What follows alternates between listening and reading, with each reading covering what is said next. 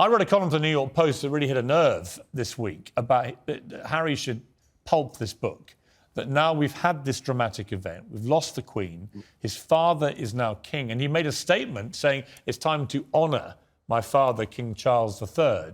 How is that compatible with a tell-all book which will be, presumably, as most of his outpourings have been about his father, very critical of the king?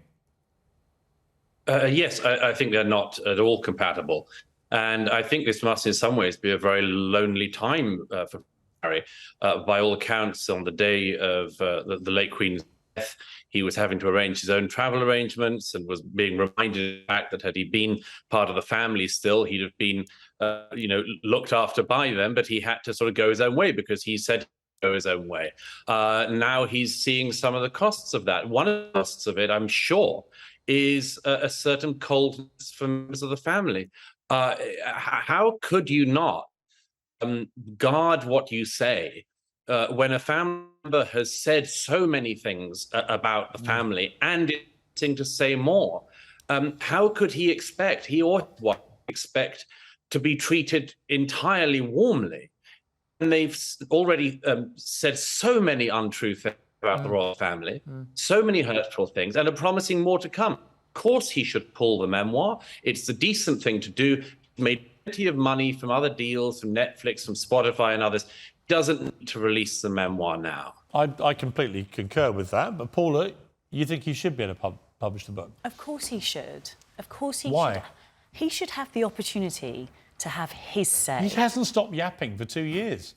Literally, he and his wife, barely a week goes by without them sticking a knife into the royal family and the monarchy. So what do you mean he's got to have his say? He doesn't stop having his say. And That's the problem. we could say that about the press too, couldn't we? We could say that about the millions of stories that have been reported in the press about Twitter going wild. We know that reports have been done, haven't they? But when you have two members of the royal family constantly publicly attacking the royal family and the monarchy, of course the media are going to respond. People say to me, when are you going to stop criticising Meghan Markle and Prince Harry? When they stop attacking the royal family, is my answer. Just even in the tone, it's very aggressive. They're attacking the royal family. They are. Is that the case, or is it the racists. case that they are telling their truth, that they are finally What is getting an someone's opportunity, truth? finally getting an opportunity Paula, to sorry, have their Paula, say? There is no such thing as someone's individual truth. When Meghan Markle talks about my truth, it doesn't exist. There is the truth, which are facts, and there's everything else. And the problem you with don't that, have your own version of the truth. The problem with that argument is that is exactly why they needed to have this book, because you will deny their truth, and you can't continue to do that.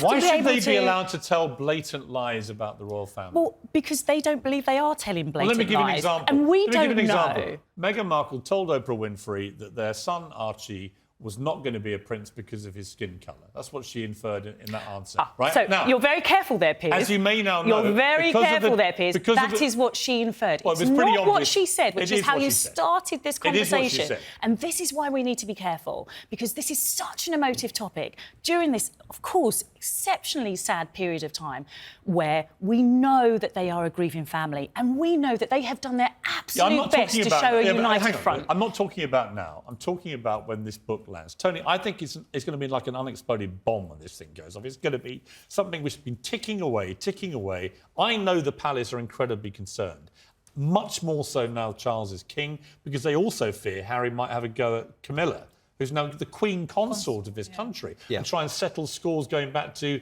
his parents' marriage breaking up. I do think there's the law of diminishing returns. I don't think anything will ever have the impact of that Oprah interview. I don't think anything will ever drop like that. A tell-all book from Harry? Because, it was so unchallenged. Oprah looked like the worst journalist in the world. Everything that was put out there was completely unchallenged, and I think people were shocked and hurt in this country, because I was among the crowds at Windsor the day they got married, and there was a genuine, real love and enthusiasm. There was no racism whatsoever towards Meghan Markle before that the wedding, idea that from the press in this country. None, nada, know that, zero. Piers, I know what I read. I know what I wrote, for example. Because you don't know what this country embraced the whole thing. You don't know what existed for her, and what she is saying, her truth and what has turned out Harry to be is saying. Because I noticed that we're focusing on Meghan, But Harry is part of this as well. Yeah. I think and what you are concerned about with this book is the truth coming out. No, I'm not. I'm concerned about that is what you're concerned about. Of the truth, which is often completely untrue.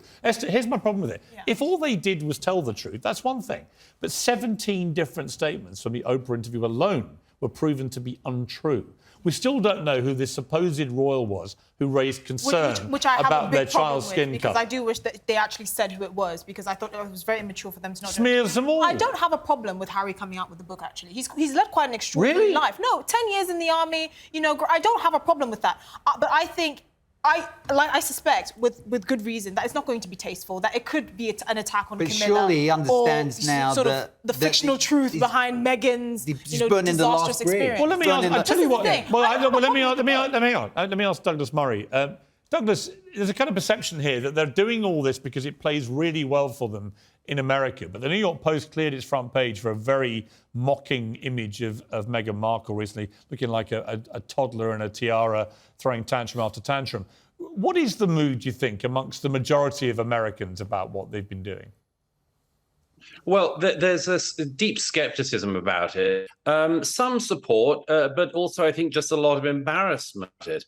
A sort of embarrassment about the fact that Markle joined the royal family. There was, as several people already said, incredible goodwill towards her and towards the EU. I never saw anything in the British press that was even remote critical of Meghan herself.